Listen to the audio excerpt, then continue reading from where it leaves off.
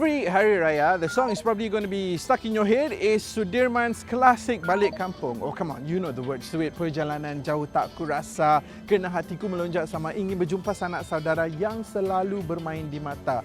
But the first bit is about the perjalanan, and sometimes the perjalanan can be harrowing, especially if you're caught in the wrong sort of vehicle. And this is how we're going to help you. You see, today we are going to understand 4 reasons why the Kia Grand Carnival is the MPV you want to balik kampung in.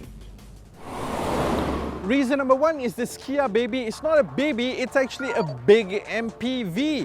In fact, it is probably one of the biggest in the market right now compared to the competitors. Who are we talking about the competitors? Well, you've got the regulars like the Toyota Alphard and Velfire, and also you've got the Nissan Elgrand and also the Hyundai Grand Starex. Now, the first 3 we can basically omit because they cost almost twice as much as this Kia, but the Grand Starex sits in the same price bracket. This car is 5,115 millimeters long. It is only 1 centimeter shorter than the even longer Grand Starex.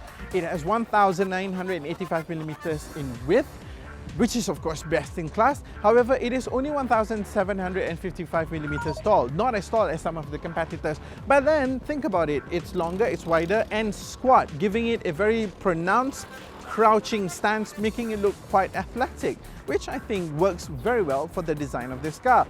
Also, it's got 3,060 millimeters of wheelbase. Now, the Grand Starex has 3,200 millimeters of wheelbase, meaning it's roomier inside, right? Right?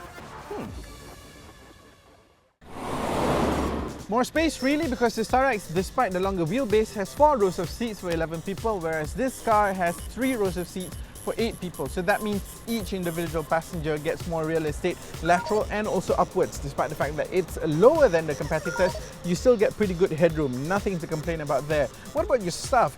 It's got bins, all shapes and sizes all over the cabin, which is a plus point.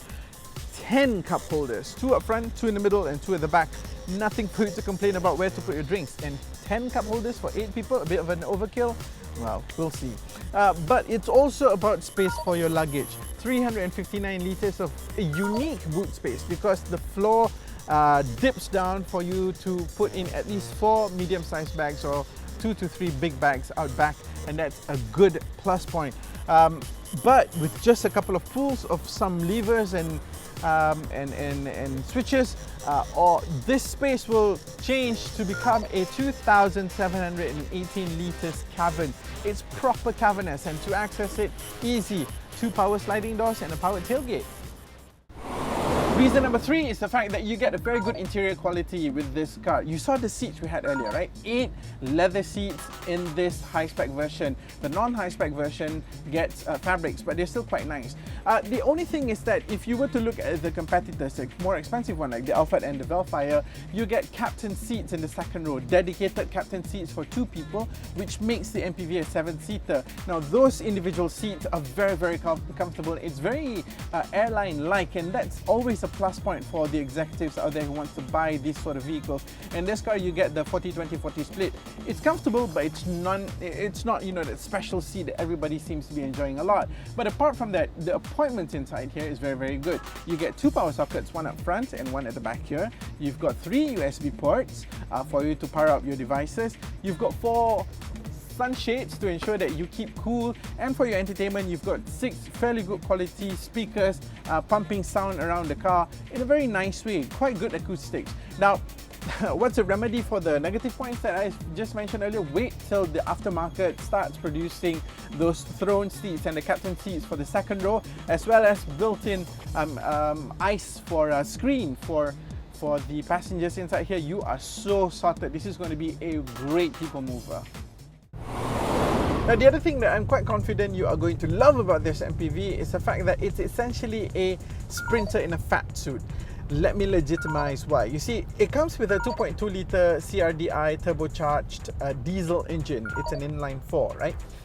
It puts out about 190 brake horsepower and 440 Newton meters of torque. Just over, or rather under a decade ago, 190 brake horsepower would put this in about the same category as the Golf GTI, and now the engine is put in a big MPV. Suffice to say that the way MPVs drive has also leapt forward in the last 10 years, This drives more like a car as compared to ever before. The engine is paired to a 6-speed conventional automatic gearbox. None of those whiny CVT stuff happening here. The shifts are very smooth, and therefore the entire driving sensation is very smooth and serene. Very good positive point, both in the city as well as when you're out in the open roads. You do get a little bit of a hesitation at the very lowest end, but as soon as proper torque kicks in, it just builds and builds and builds, and progress is rapid. It's quiet. It's all bordering refined, even if I say so myself, and you will leave this car feeling refreshed and not tired after a long distance journey, because NVH is low, vibration is low. Generally speaking, it's a good quality driving experience we're talking about here. Very much unlike what you would expect from an MPV that is priced in the lower end of the luxury MPV market. But you know, in all seriousness, this MPV has a lot to offer, and it is a game changer, this Kia Grand Carnival is, because look at the stuff that you get along with the car, right? The projector headlamps, the LED tail lamps, the DRLs, you've got 18-inch alloys that are two-tone, a whole host of safety features that comes standard as compared to some of the Japanese makers out there. The ESC, the ABS, the ISOFIX, hill start assist, you've got parking sensors front and rear, parking camera at the back. All this come as standard, all right? That means it's good value.